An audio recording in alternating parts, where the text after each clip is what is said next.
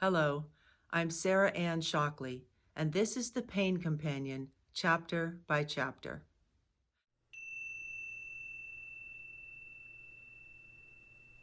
Chapter 26, Giving Pain What It Wants. There's a concept we don't want to think about too much. This exercise comes from my total frustration at being in pain for such a long time.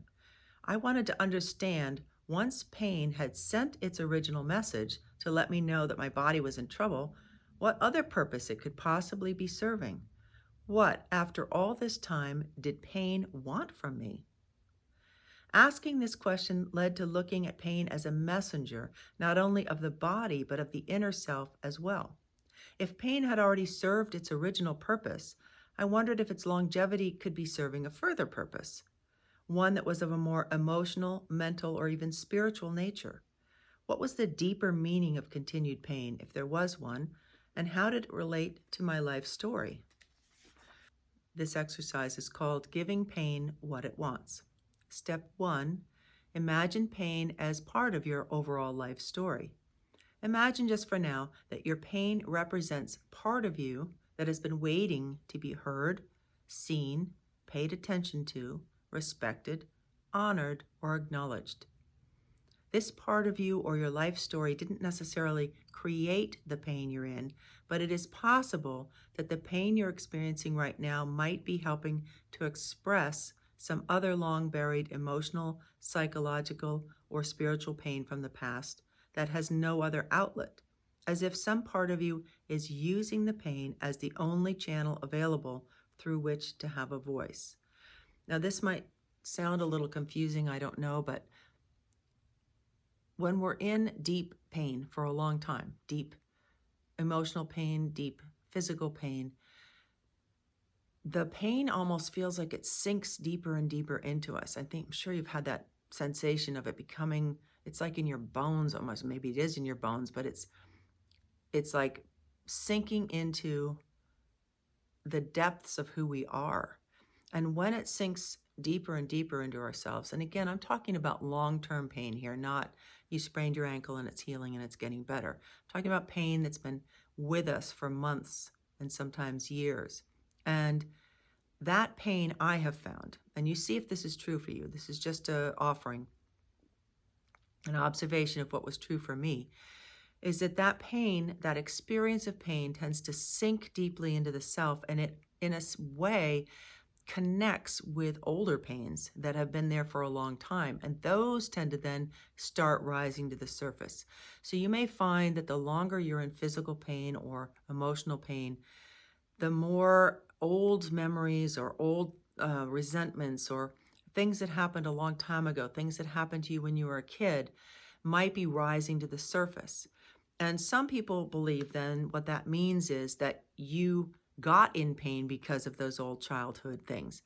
That may or may not be true. What I'm saying is I wouldn't necessarily say that's absolutely so. For me, as far as I can tell, it's more of a connection happens, pain to pain, and the older pains start to surface because in a sense, it's almost like they have a channel now so that you can listen to them. And that's a good thing in a strange way. It's a good thing because they're still living there deeply inside you.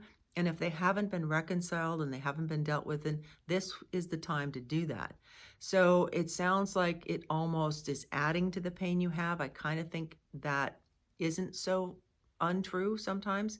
And I think that's part of why pain sticks around, is because we are needing to deal with some of these older things that it's time for them to clear and go. And it doesn't mean it has to involve a lot of therapy and a lot of processing and on and on and on. It's just recognizing it and saying, oh, wow, this pain feels really old. This feels familiar. Oh, I used to feel like this when I was a kid. Something like that. And just recognize it. That's half of it, is to just notice it. Because pain, for some reason, needs to be seen, needs to be noticed, it needs to be acknowledged before it feels free to move on. It just seems to be an aspect of pain, and that includes the older pains that might be living under the surface that the new pain is connecting to. So step 2 is to imagine what pain really desires. Breathe softly into the painful area and try to relax as much as you can. Gently ask the pain what it really wants and desires. Let thoughts and images arise easily into your mind. Just be playful with it. Be gentle with it. Not like, what do you want? But what would you like? What do you really want? Maybe pain wants freedom, or to sing in the opera, or to ride a horse on the beach. Maybe it wants to burn to a crisp and whisk away in the breeze, or sob loudly, or sink down into the earth until it disappears completely. So let yourself, let whatever comes up come up. Just sit with it for a moment. Pain will probably communicate with you because it's part of your inner self communicating in symbols and images rather than in words. Because our inner self, our feeling self, that's how we communicate. That's how we live in our feeling side, is through images, through sensations, not through the intellectual idea of linear words. So that's also part of what holds us up, I think, in healing, is we tend to approach pain linearly and with words and with instructions and processes, and it doesn't always respond that well to being regimented in that way. If it works, absolutely do it, and some of that probably does work. But there are other levels to pain that involve the emotional self, that involve the feeling side of the self, that work more readily with symbols and pictures and images and feelings and sensations. So allow whatever, when you ask that question, what would you like? Don't be surprised if something comes up like a breeze comes through, or you have a sensation of being on top of a mountain for a brief moment, or you're skiing or doing something that you haven't done in a long time, or you can feel the crispness of snow, or you're in water swimming. It's like, whoa, okay. And then notice, what's the feeling of that? Does it feel like, oh man, I just want to be immersed in something comforting? Does it feel like I want to move freely? Does it feel like I need to breathe more? I need to, whatever it is, get a sense of what is that? What is it that pain is asking for? Because this is part of your healing path. It's going to show you how to begin to move towards healing. So step 3 is give pain what it wants. Well, how do you do that if you can't go out and go skiing? Imagine pain getting what it wants, however that comes to you to do that.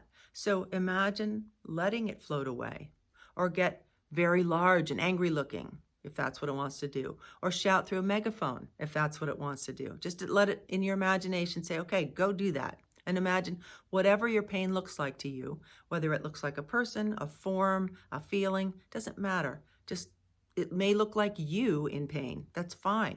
Give it what it says it wants, or give yourself in pain what you're saying you want. Put a representation of pain in a Wagnerian opera, or riding that horse, or flying free, or exploding, or imploding. Imagine giving pain whatever experience came to you when you asked pain what it wants. And be sure that you're giving pain what it asks for, rather than what you want to happen to pain. So the difference here is that you may want to explode your pain, or you may want to bury it and never see it again. But this is not about what you want to do to pain. This is about, what does pain want for itself? And we're asking this question because what we're really asking is, what is that part of you that hasn't been heard yet, that is under the surface, that is hurting? What does that part of you want? And it may be something surprising to you. It may be something that you haven't done in years and years and years, and you didn't realize it was important. It may be just putting your hands in the earth, gardening. It may be smelling flowers. It may be talking more with your children. It may be working less. And pain, in a way, forces us to stop, forces us to pull back from our normal life. And why? Why does it do that? Well, of course, so that we don't injure our body more, we don't do more of whatever it is that's creating pain, but it's also giving us the opportunity to see how we need to change. What do we need to do differently? So if the pain says it wants a greater freedom, maybe that's what you need to incorporate in your life, is a greater sense of freedom.